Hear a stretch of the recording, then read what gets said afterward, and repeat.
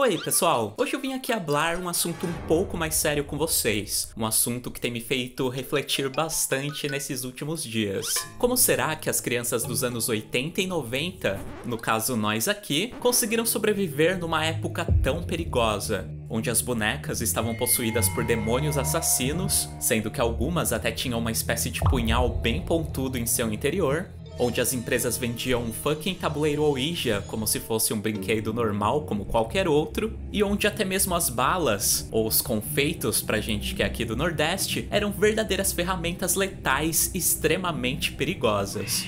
E o pior é que eu tô realmente falando sério nessa última parte. Essa balinha aqui, a terrível bala soft, também conhecida pela alcunha de bala assassina, realmente fazia jus ao apelido. Quem aí que não tem um irmão, primo ou parente que quase partiu dessa pra melhor depois de se engasgar com uma delas, hein? Eu mesmo sou um sobrevivente desse item terrível. Eu lembro que quando eu era bem pequeno, tiveram que me colocar de cabeça pra baixo pra ver se a bala saía da minha garganta, porque eu fiquei entalado com ela ao ponto de nem conseguir respirar. Pra você ter uma ideia da fama que ela tinha, e também como era comum as crianças se engasgarem com ela, lá nos anos 80 começaram a circular várias teorias da conspiração, ora dizendo que esse doce na verdade era um experimento nazista, feito com a finalidade de realmente matar pessoas, e até mesmo dizendo que seu criador, na verdade, era um satanista, e ele fez essa bala para matar o maior número de crianças possível do planeta, e assim acelerar o surgimento do anticristo. Bom, e para quem chegou a conhecer esse doce, essas teorias com certeza fazem sentido, porque elas eram bem lisinhas e escorregavam com uma facilidade gigante para dentro da garganta, após qualquer movimento diferente que a gente fazia na boca. E o pior é que elas eram bem duras e difícil de morder, então a gente era obrigado a chupá-las por um bom tempo. Mas, mesmo com perigo, a gente não resistia, porque elas eram bem coloridas e, pra piorar, vinham naquelas embalagenzinhas transparentes, que instigavam ainda mais a nossa vontade de querer uma. Realmente, não existem argumentos pra dizer que ela não era uma tentação maligna.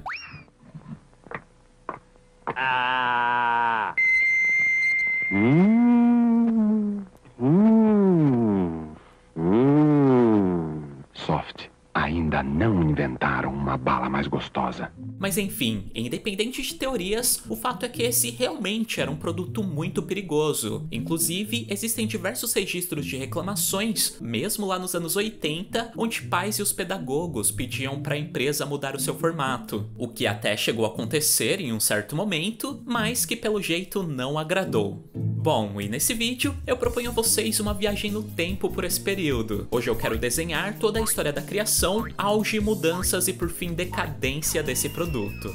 Afinal, ela sempre foi conhecida mesmo como Bala da Morte? Ah, e eu também quero mostrar pra vocês quem foram as pessoas responsáveis pela sua criação. Será que realmente eram os nazistas ou satanistas, como nas lendas urbanas? Só um spoilerzinho aqui, a origem da Bala Soft está totalmente ligada à empresa de sorvetes Que Bom. Logo logo a gente vai entender toda essa treta aí. Mas antes, eu quero aproveitar que a gente está falando sobre mitos e lendas urbanas nacionais para mostrar para vocês esse jogo de cartas incrível, o Ordem e Regresso, que tem tudo a ver com esse tema, né? Nesse jogo, você entra numa disputa pela presidência, utilizando para isso as cartas mais malucas possível, com personagens e memes da nossa cultura. E o jogo funciona mais ou menos assim. A cada rodada, os jogadores se dividem entre candidatos e eleitores, onde os candidatos terão, primeiro, que usar as cartas que tiver na mão para formular as propostas mais criativas e engraçadas, e depois utilizar o seu momento de réplica para combinar mais cartas e colocar um dos seus oponentes contra a parede. E ao fim do debate, caberá aos eleitores votarem no candidato mais convincente e decidir o novo presidente. É bom destacar que esse jogo está disponível através de um financiamento coletivo no Catarse. Eu vou deixar aqui na descrição o link para você conhecer melhor, apoiar e garantir o seu. Bom, pessoal, a nossa história hoje começa quase 100 anos atrás, lá na década de 30, com uma empresa que curiosamente produzia ovos desidratados, chamada US Harkson, e que já estava grande ao ponto de possuir algumas filiais ao redor do mundo, sendo a principal pra gente a que ficava localizada em Xangai, na China.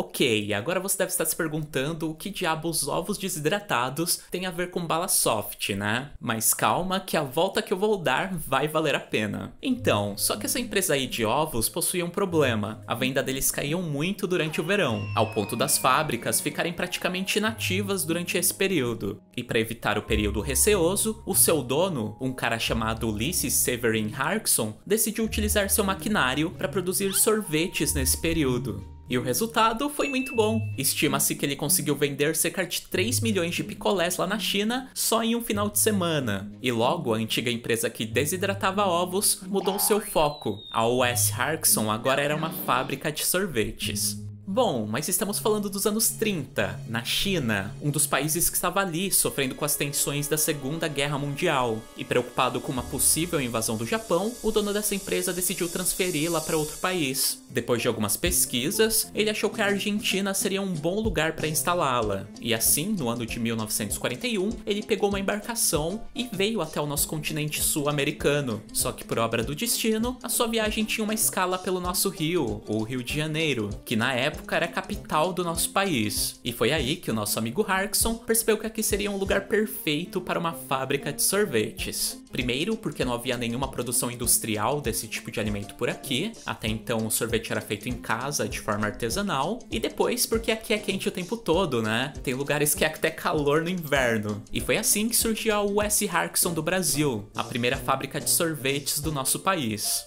Porém, Harkson era um nome bem comum pra gente, né? Nada a ver com sorvete. E para deixar a marca mais popular, eles decidiram utilizar um outro nome. Um nome que, digamos, fosse mais fácil da gente falar. E é assim que nasce o Sorvetes Que Bom. E sim, a história das balas soft está estritamente ligada a essa marca. Bom, mas continuando a história, a Que Bom por aqui não se limitou apenas à produção de sorvete. Eles começaram também a investir no ramo de guloseimas, no ramo infantil, como a gente pode ver nesse pôster deles aqui, publicado num jornal lá de meados dos anos 40 e 50, onde eles listam alguns produtos da marca, como balas de goma, o chiclete Ping Pong, que sim, é antigaço, ele foi criado lá em 1945, o extinto chiclete Twist, o chocolate confete e até mesmo o Kesuko, que em sua origem era escrito com Q e depois foi trocado para Ki. Tá, agora eu sei que vocês estão pensando que eu vou falar que a bala soft estava no meio de tudo isso, mas só que não, ainda não. Para falar dela, a gente vai ter que pular mais alguns anos ainda. Vamos agora lá para os anos 60, quando alguns funcionários da Que Bom, insatisfeitos com a empresa, decidiram sair dela para fundar a sua própria companhia. Uma companhia onde eles iriam colocar em prática muitas coisas que eles aprenderam lá do seu antigo trabalho. E eu não sei ao certo qual foi o ano, mas em meados dos anos 60, eles acabaram fundando a empresa brasileira Que Refresco, que como deve dar para imaginar, o carro-chefe era justamente um concorrente do Kesuko. No caso, um suquinho em pó que tinha o nome dessa mesma companhia. Só que eles não se limitaram a só esse produto não. Indo no caminho da Que Bom, eles também lançaram a sua própria marca de chicletes, a lendária Plock e vários outros doces que só pesquisando a fundo pra gente saber. Inclusive, eles chegaram a produzir a marca Tang a partir dos anos 80, devido a uma parceria com a dona da marca, que é uma empresa americana. Enfim, mas não pense que a Que Bom achou isso ruim não, muito pelo contrário. Eles curtiram e até compraram ações deles, no caso 45% da empresa, e a transformaram numa espécie de puxadinho da Que Bom, transferindo para ela a produção de tudo aquilo que não fosse sorvete. E por isso, a Que Bom hoje é apenas conhecida por causa desse produto. Eles conseguiram se desassociar dessas demais marcas justamente graças a essa parceria com a Que Refresco. Bom, e é na onda desses investimentos que a empresa brasileira recebeu da Que Bom que no comecinho dos anos 70 a Que Refresco começou a lançar uma série de novos doces. E é aí que vai entrar a tal das balas soft, que curiosamente foi lançada como uma guloseima para adultos, no caso para os adultos comerem nos cinemas.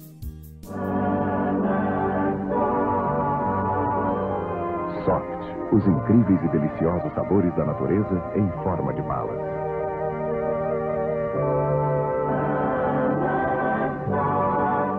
Mas que obviamente pela aparência, né, super colorida, acabou caindo no gosto das crianças. Esse aqui é um anúncio de 1971 falando sobre o sucesso dessa bala e dizendo que ela estava começando a ser exportada para os Estados Unidos. As balas soft foram realmente um fenômeno.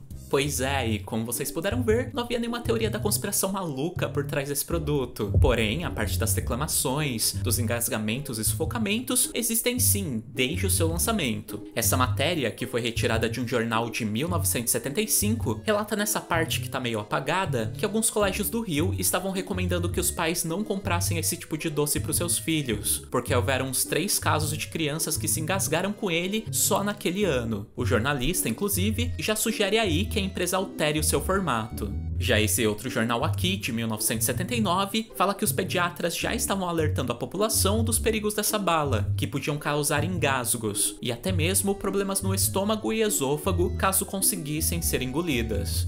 E essas reclamações aí duraram muito tempo mesmo, mas só lá em meados dos anos 90 que a Que Refresco foi dar ouvido a elas e mudaram seu formato, a deixando um pouco menor e mais retangular. Porém, essas novas balas soft não agradaram, e a empresa decidiu encerrar definitivamente a sua produção. Bom, só abrindo um parênteses aqui, você provavelmente já viu essa versão aqui dessa bala, onde ela possui um furinho no meio. Então, essa não é a bala soft original não, essa é uma cópia de uma outra marca, e o furinho foi colocado justamente para evitar o sufocamento, caso ela ficasse presa na garganta.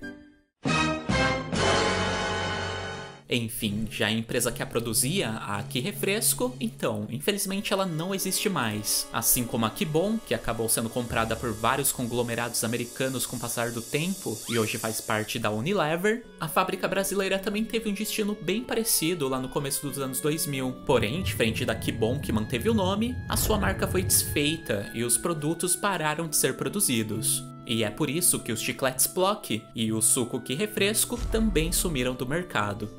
Ah, uma curiosidade interessante é que os antigos donos da Que Refresco acabaram criando a empresa que produz aqueles sucos Camp, a General Brands. Eles, inclusive, criaram a nova versão do chiclete Plock, que é o Chicle Gang. E quem sabe, um dia eles não decidam relançar as balas soft, né? Vai saber.